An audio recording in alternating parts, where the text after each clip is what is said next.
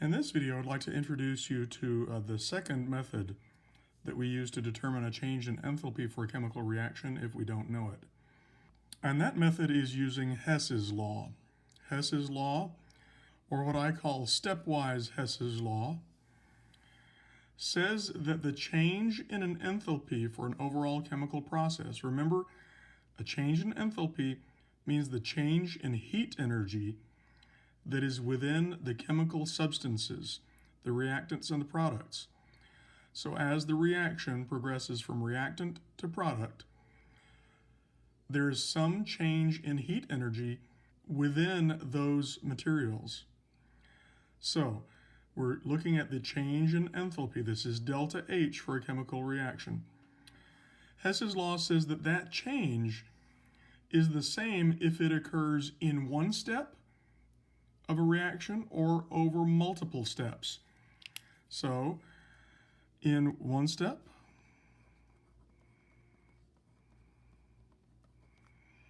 or over multiple steps.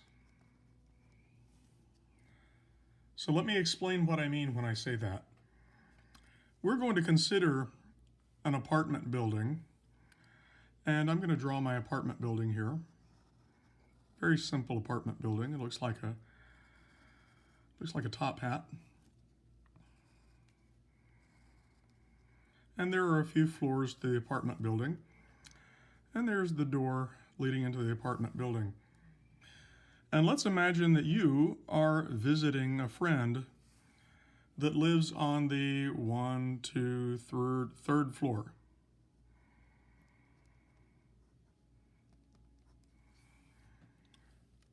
Now, if you're in some countries, this ground floor would be considered the 0 floor, and that would be considered the first floor. But basically what I'm getting at is your friend lives 2 floors up from the ground floor. So the question is, when you go to visit your friend, how many floors up are you going to go? And so we can call that the delta floors, the change in the floors. So you start out here on the first level and you go up to the second and the third. So it would be the floor final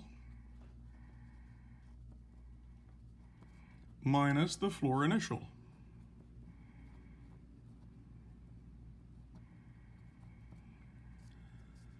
So we're going to call this the first floor. The ground floor is the first floor because we're in the United States. So if you went from this first floor, the ground floor, up to the second, third floor, your delta floors would be your third floor minus the first floor is 2 floors. That's pretty straightforward, right? You have a positive delta, a positive change in floors, up 2 floors. Well, this is nothing new to us. We could have done that without thinking too much about it. But I'd like to reflect on the fact that there are a lot of different pathways that you could take to get to your friend on that third floor. Let us examine, for example, what if you didn't know which floor they were on to begin with, and you went into the apartment building and you went up to floor 1, and then you went up to floor 4, then you went up to the roof, and then you came down to floor 4, and then you came down to floor 3, and aha, you found your friend. So this pathway that you took for this process was done in 1, 2, 3, 4, 5 separate steps. Not actual literal steps, but 5 stages of this process to get to see your friend there on the third floor.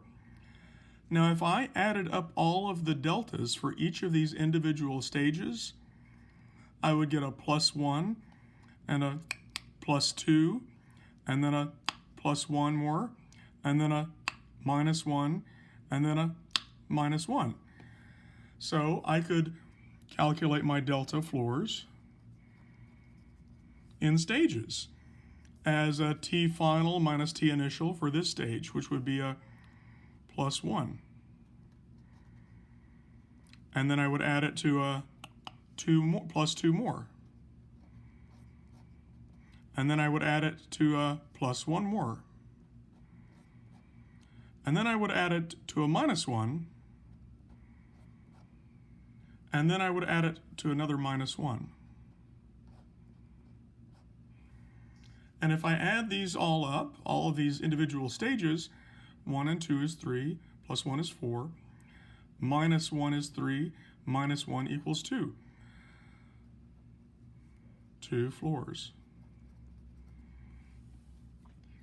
So you can see how if I had just gone from here to begin with, in one step, in one stage, I have a delta floors, a change in floors of plus 2 floors, a positive 2 floors.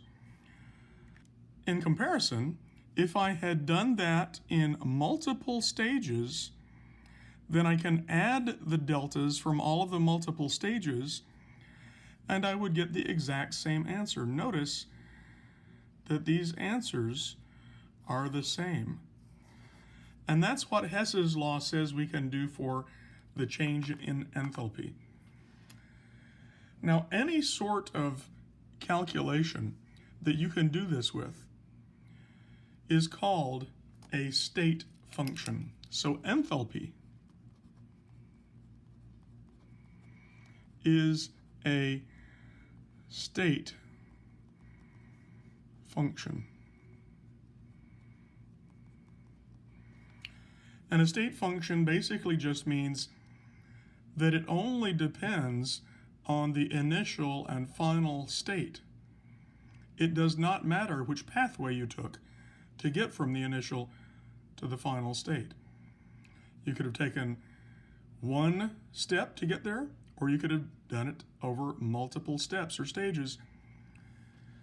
But the answer is going to be the same. And any sort of function, any sort of calculation that is that works for is called a state function, because it's only dependent upon the initial and the final states. I could have written that better, but I think you got the idea. Function. There we go. So let's apply this state function concept to enthalpy. So similarly, we can run chemical reactions in sequence, that is, multiple chemical reactions in sequence, and then add the enthalpy changes of those multiple reaction steps to get the overall enthalpy change for a reaction, for a process. And the process could have been done in one step, or it could have been done over multiple steps.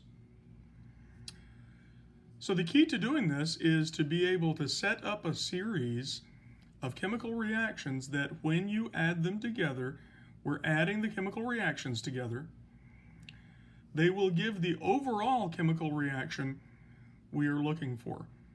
And we're going to do some practice with this. So if this doesn't quite make sense yet, give it just a moment and we're going to do some additional work with that.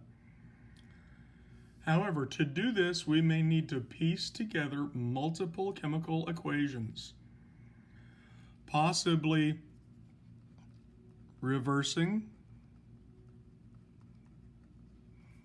those chemical equations, or even multiplying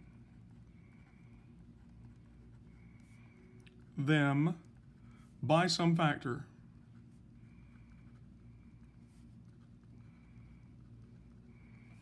And again, we're going to do this here in a little bit, so if it's a little bit confusing, you might want to wait until we do it, and then you can come back and reread through this, and it might make more sense at that time. So whatever we do to a chemical equation, that is multiplying them or reversing them, we must also do to the delta H for that reaction as well. Then we can add these delta H's changes in enthalpy for each of the individual steps, and we'll get the delta H for the overall, or what I call the target reaction. And as I say, this may not make a whole lot of sense to you right now, but we're about to do some examples. So after we do the examples, come back and read this section again, and I think you'll find it makes more sense. Okay? So let's move on. So the first thing I'd like for us to do is I'm not going to refer to any chemical substance in here. I'm just going to put symbols here to represent chemical substances so that we are not initially distracted by chemicals right now. Because fundamentally what we are doing here is just an algebra problem. It's an example of an applied algebra problem. We're going to rearrange some of these equations. We may modify some of these equations. Whatever we do to the equation, we have to do to their delta H's. Okay? Now down at the bottom of the page, we have a list of all of the steps we're going to go through. So here's the step-by-step directions on how to do the problem. Okay, so these are not going to fit on the screen, but I'm going to be referring to them by number. And you can follow along since you have this on your page. If you don't have this page, then I've given you ample time here so that you can take a screen capture of this and you can refer back to these directions. Okay. All right. So now we're going to do sample problem A. And again, this is without any chemicals in here. I'm just using these letters to symbolize the chemicals. The sample problem says, given the three reference equations, 1, 2, 3 reference equation, there the equations are, and their enthalpy changes, here are the enthalpy changes, determine the enthalpy change for the target equation. So this is what we're looking for right here, the enthalpy change for this equation, for this target equation right here. All right, now if I were given an equation that had A goes to 2C, or A produces 2C, if I had that equation up here with the delta H value, I'd be done. I'd already have its delta H. But remember, the whole point of this, using Hess's law in this stepwise manner, is because this is a method for us to be able to calculate a delta H when we are not given it for a reaction. So the goal here is we're going to use these reference equations as puzzle pieces.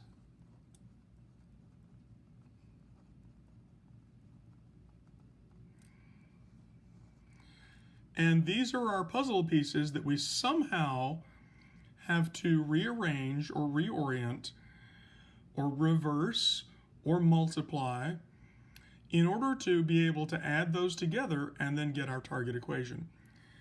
So here we go. We're going to go through the steps. And remember, the steps are down here. And I'm going to refer to them one at a time. So step number 1 says, be methodical. We're going to follow a method. We're not just going to look at a problem like this, get so flustered that we give up or get stressed out. We're going to say, okay, this is a problem. There is a method to solve it. And the first thing that we need to do is, if the problem has not already done so, we want to label our equations. Label our target equation and label our reference equations by number.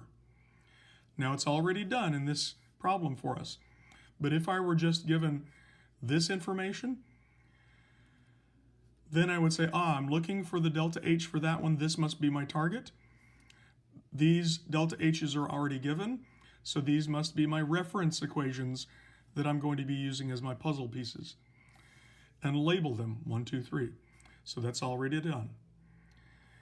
And then the remainder of step 1, I draw a line under what I am given to separate all of that I have been given from my workspace down here, because I'm going to be writing in my workspace. Okay? And that is step number 1. It says, keep things neat. That's part of being methodical. We want things well labeled and our workspace well defined. Okay? The second step down here, it says, look at the target equation, beginning with the substance on the far left. This is the same way that we start balancing equations, right? We are methodical and we look at the substance on the far left and approach it methodically so that we don't omit or forget any substances. So I'm going to start with that capital A right there. There's one of them in that equation. And the direction says you must bring in that chemical substance in its correct state. Well, I haven't labeled the state, but if I'd labeled states, then it would have to be in the correct state. On the correct side of the equation. What does that mean to bring it in? I need to bring it into my workspace. Where do I bring it in from? Well, I bring it in from my reference equations. So I need a single capital A on the reagent side. Where am I going to find it? I look at my reference equations, and it looks like there's only one possible source. It's reference equation 1. So in the step it says, which reference equation can provide that substance? Reference equation 1 will allow me to bring in that substance A. And it says avoid bringing in unnecessary substances that won't cancel out later, but I only have one option here, so I'm going to bring in that reference equation 1. Here I am. I'm going to bring in reference equation 1 into my workspace. And I'm going to label it. That's reference equation 1. I'm being methodical, and being methodical means that we label what we're doing, because whatever I do to these equations, I'm going to have to do to the delta H's later. So I want to keep track of what I've done. So here I've just brought in a reference equation, and in doing so, I have brought in that substance in my target equation, and there it is right there. It's on the correct side of the equation, right? It's on the reagent side. Did I need to reverse this equation to do so? No. A was already on the correct side of the equation. Did I need to multiply this equation by some number? By 2 or 3 or 1/2 or 1/4 to get the correct number of those substances? No. All I did was I brought it in as is. So I don't make any note here about flipping it or multiplying it by some number. There it is, just like it is. So that's step 3. It says, did I have to flip the reaction or multiply it? If so, then I need to document what I did. And I didn't need to do that, so I don't need to document anything. Step 4, whatever I do to the reference equation has to be done to its delta H. Well, I didn't do anything to it. I left it as is. So I'll bring down the delta H as is, 3.6 kilojoules per mole. Okay? I have brought in that chemical substance in the correct side of the equation and in the correct number. And so I'm done with that one. So step 5 says, now move on to the next chemical substance. Well, the next one is the 2 C's. So I have to do the same for those. I have to bring in 2 C's. Now, which equation, reference equation, am I going to use to do that? I have a couple of choices. I could bring in this second reference equation and reverse it to get C on the product side where it needs to be, and then double it so I would get 2 of them. That's one option. Or I could bring in reference equation 3, reverse it to get C on the product side of the equation, and then double it. Or I could bring in one of each of these and flip them both so that they would each be bringing in a single C to the product side, so that when I add them up, I will have my two C's. Is there one option that's better than the others? Well, in our second step, there was a note there that says avoid bringing in unnecessary substances that won't cancel out neatly later. If I bring in this one right here, I will be introducing substance D. And I don't want to bring in substance D because it won't cancel out neatly later. If I bring in substance B, though, and I flip this equation so that the B is over here and the C is over here, and then I multiply it by 2, you can see that I would now have 2 C's on the product side, and I would have 2 B's on the reagent side, which, look at that, would cancel out with those right there. So I think this is going to be my better option. So what am I going to do? I'm going to document it well. I'm going to bring in equation 2. I'm going to flip it so that C is brought in on the product side. So I write flipped. I flipped it, all right? That C produces B is now B produces C. It was now flipped because I want these C's on the product side. And now I have to multiply it by 2, so I get 2 of these C's, right? So when I multiply it by 2, I'm going to document it, times 2, and every one of the coefficients, whatever they are, is now multiplied by 2. So the 1 here becomes a 2, the 1 here becomes a 2. Now whatever I documented that I did here to this equation, that's what I'm going to have to do to its delta H. So I take the 8.5 and I flipped the equation, so I have to flip the sign of this. It became a negative, right? Because going back the other direction, and then I multiply this equation by 2, so I would multiply that by 2. And my answer, therefore, is a negative 17.0 kilojoules per mole. I'll take a brief moment to talk about the sig figs here. This 8.5 times 2, yes, this is only 2 sig figs, but this is an exact number because there are exactly 2 of these, so this is not going to limit me. So you might say that there are only 2 sig figs in my answer, so why have I gone out one place past the decimal?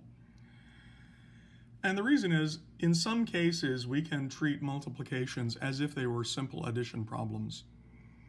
Yes, it's true that I'm multiplying 8.5 times 2, but intuitively thinking, basically all I'm doing is I'm just adding this to itself. And if this is added to itself, it becomes an addition problem. And the addition problem, sig fig rule, says that I can go out one place past the decimal. So there's an example of where we have to use our chemical intuition to say, does it make sense to reduce the precision of our answer when we're just basically adding 2 numbers that we knew to greater precision? And in this case, it would be okay to keep that 0 as a significant digit. All right, have we now created our target equation? Well, it doesn't look like that target equation is here, but that's only because I haven't added these and then canceled out like terms on both sides. So I think you can see that here I have an A. If I were to add these equations, I have an A on the reagent side.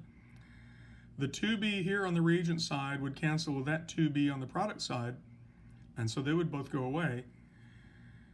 And then I would only have 2C on the product side.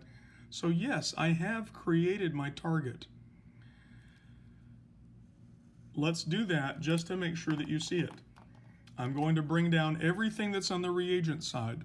So A plus 2B goes to 2B plus 2C. That's adding everything up, right?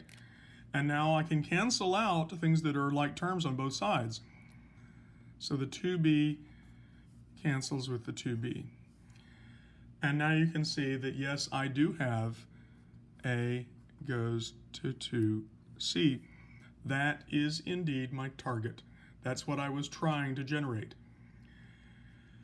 What that tells me is that by taking reference equation 1 as is and adding it to reference equation 2 reversed and multiplied by 2, I have generated in 2 steps the process that I can represent in a single step by this target equation.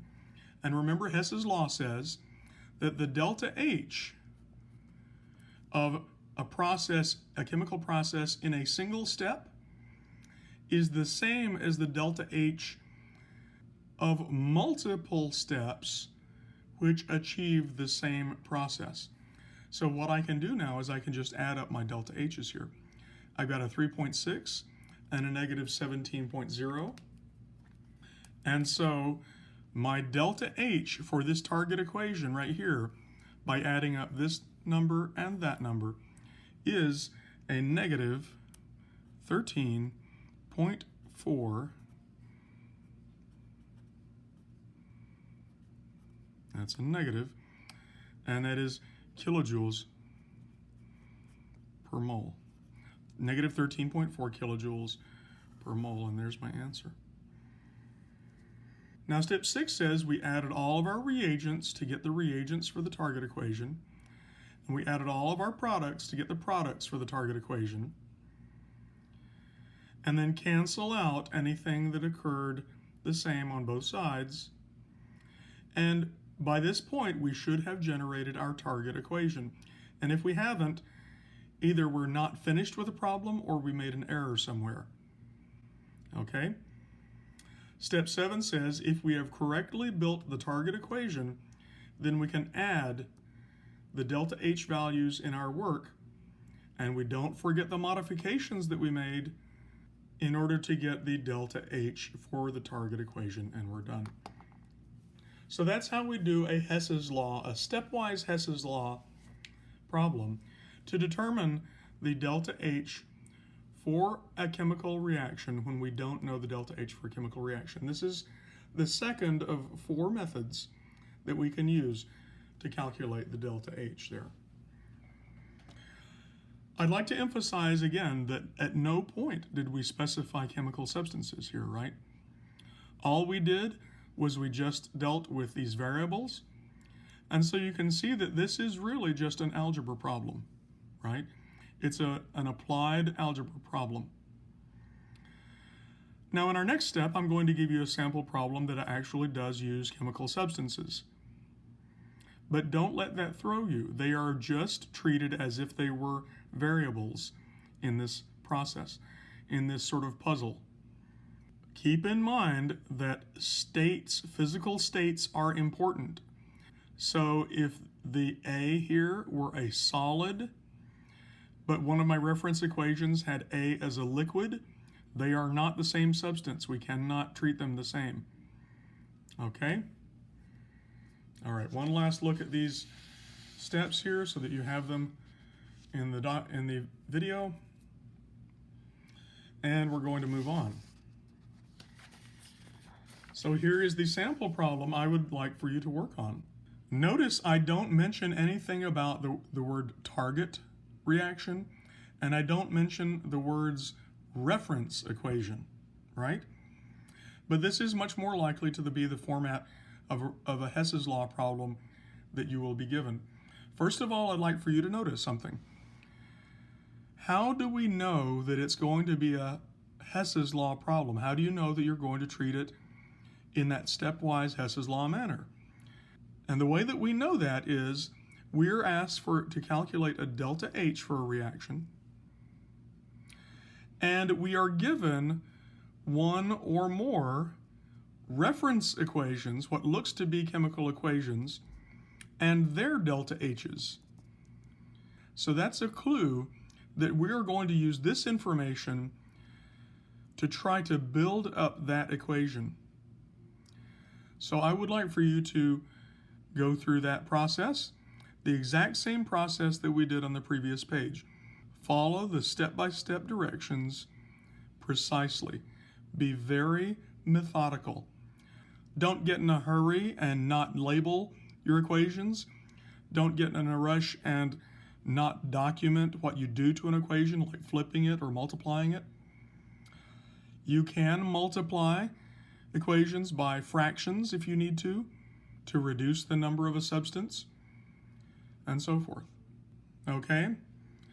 So give it a shot, pause the video, and when you're done, you can restart the video and I'll work through this problem with us.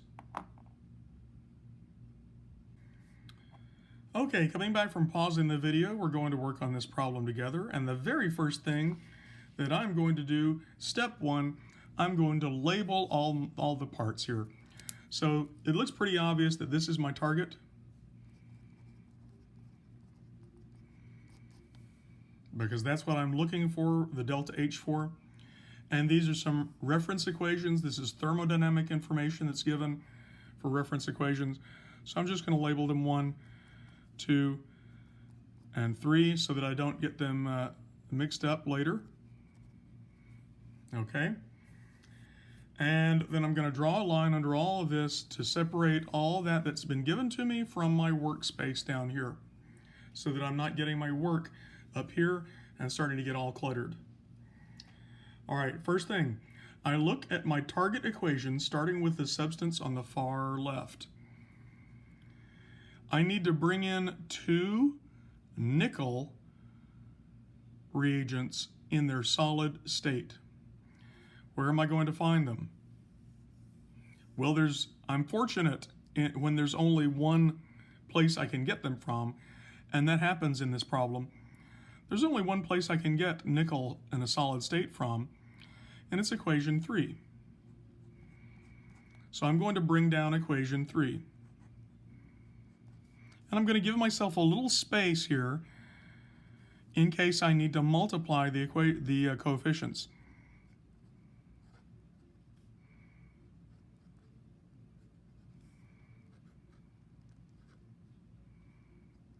Okay. Well, that's great. That brings in nickel as a solid on the reagent side where it belongs, but I needed 2 of them, didn't I? So I didn't have to flip this equation, but I do have to multiply it by 2. So all of these coefficients are going to be multiplied by 2. That one becomes a 2, that one becomes a 1, that one becomes a 2, and I document what I did times 2. I brought in equation 3 and I multiplied it by times 2. Okay? Take a look at my target. Do I now have the 2 nickel solids on the reagent side? I do. There they are right there. We're not worried about the rest of it. We just brought in what we needed to for right now. All right, I'm now going to do the same thing that I did with this equation. I'm going to do with its delta H. So equation 3, I brought it in as is, so it was a negative 241, and I multiplied it by 2, equals a negative 482. Okay? All right, and now I am done with that substance. And I go on methodically to the next substance. Now I need 2 sulfur solids on the reagent side. And here again, fortunately, there's only one place to find them. They're right here from reference equation 2. They're already on the reagent side, so I don't need to flip the equation. But I do need to multiply this by 2 because I need 2 sulfurs down here. So I'm going to bring down equation 2. Equation 2 says sulfur solid plus O2 gas goes to sulfur dioxide gas. And that brings in one of these sulfurs, but I need two of them, right? So I'm going to multiply this one by 2. So that coefficient becomes a 2, this coefficient becomes a 2, and that coefficient becomes a 2. Okay? That now brings in my 2 sulfur solids on the reagent side as I needed here. So whatever I did to this equation, I have to do to the delta H for the equation. So the delta H was a negative 297. I didn't flip it, so the sign stays the same, but I did multiply it by 2. So that becomes a negative 594. All right, so far so good. Let's take a quick moment to see what we've done. We have introduced the 2 nickel solids on the reagent side. We've introduced the 2 sulfur solids on the reagent side, right there. Now our next substance is the 3 oxygens on the reagent side. Well, look at what's already happened. I have already brought in 3 oxygens in the gaseous state, 3 O2s on the reagent side. So there's nothing else I need to do for that, is there? So that one is already taken care of. Let's move on. Now I need to bring in 2 nickel 2 sulfites. This is not nickel sulfite, it's nickel 2 sulfite, right? Sulfite has a negative 2 charge on it. There's 1 nickel there in the formula, so it must be a +2 charged nickel. So this is a nickel 2 sulfite. And I have to bring in 2 of those in their solid state. Where am I going to find them? There they are right there. Nickel 2 sulfite is right there in the solid state. So I need to bring in 2 of those, and I need to bring them in on the product side of the equation. How to do that? I'm going to have to take this equation, equation 1, and I'm going to have to reverse it, flip it, so that the nickel 2 sulfite is now over here on the product side where I need it. So I'm going to have to flip it. And then I'm going to have to multiply it by 2 so that I end up having 2 of these nickel 2 sulfites. So they're flip and multiply by 2.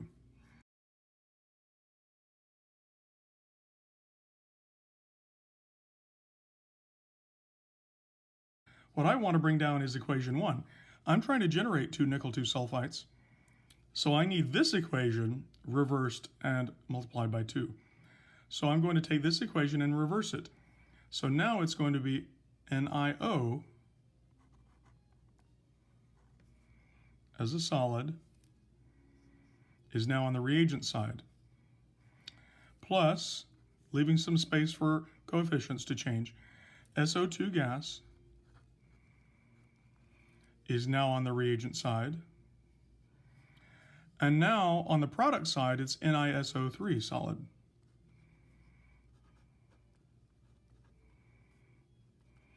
That's just taking this equation and flipping it, the first thing that I had to do to it. So it's now flipped. Now you see that I have the nickel 2 sulfite on the product side where it belongs, but I need 2 of them. So we're going to multiply it by 2. So all of these coefficients multiply by 2. All right? Now whatever I did to this equation 1, flipping it and multiplying it by 2, I have to do to its delta H as well. So 156, was a positive number, is now flipped. So it becomes a negative 156. And then I multiplied it by 2, so now that negative 156 is multiplied by 2 equals a negative 312. So I have methodically brought in every reagent in the correct state and the correct number, and every product in the correct state and in the correct number down here. But I've also, when I did that, I also brought in a bunch of other stuff that I did not want in my target. And I'm hoping that if I did this right, when I write all this out, when I add all this out and then cancel things out, hopefully I will have my target. So let's do that. Let's check to see if I have my target now. So I'm going to add up all of the reagents. So 2 nickel solids plus 1 O2 gas plus 2, I'm just adding reagents on the reagent side, right? Plus 2 sulfur solids plus 2 O2 gases. Just adding reagents plus 2 NiO nickel 2 oxides, solids, plus 2 sulfur dioxides, gases. So there I have just added up all of the reagents that I've introduced. Now, give myself a little space, produces, goes to arrow, add up all of the products. 2 NiO solids plus 2 SO2 gases plus product 2 NiSO3 solids. So there I have added up all of my reagents and added up all of my products from this problem, from all of my work there. Now hopefully when I cancel things out, then a lot of that stuff is going to go away and I'll be left with my target if all of this works out well. So here we go. Looking for things that I can cancel out. No, nothing so far. 2 sulfurs, 2 oxygens, 2 NiO solids. There we go. There's my first thing that I can cancel out. The nickel 2 oxides, the 2 nickel 2 oxides can be canceled. Anything else? Yes, the 2 sulfur dioxides can be canceled right there. All right. And I notice here that I've got 1 O2 gas and 2 O2 gases, and they can be combined.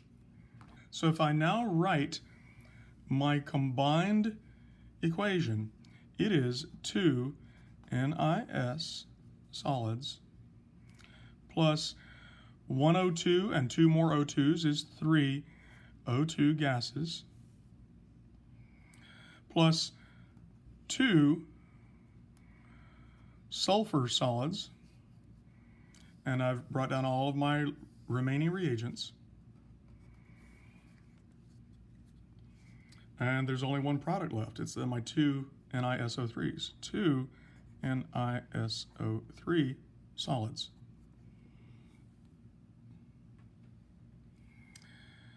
Now hopefully that is the same as my target. And if I look up at my target, I find that it is 2 nickel, 2 sulfur, 3 O2 gases, 2 nickel, 2 sulfur, 3 O2 gases as reagents. The product is 2 NiSO3 solids. Product is 2 NiSO3 solids. So I've done it. I have defined a process by using multiple steps to achieve it. And Hess's law says that if I do that, then the delta H for this process is the same if I did it in one step or over multiple steps and added the delta H's together. So that's exactly what I'm going to do. I'm going to add these delta H's together. All right, and so if I add all of these up, the negative 482, a negative 594, and a negative 312, I get a negative 1388. And that is my answer. That is my delta H. What units? It's going to be in kilojoules per mole.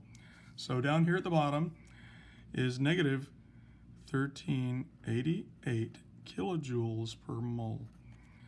And there's my answer. All right. How did you do?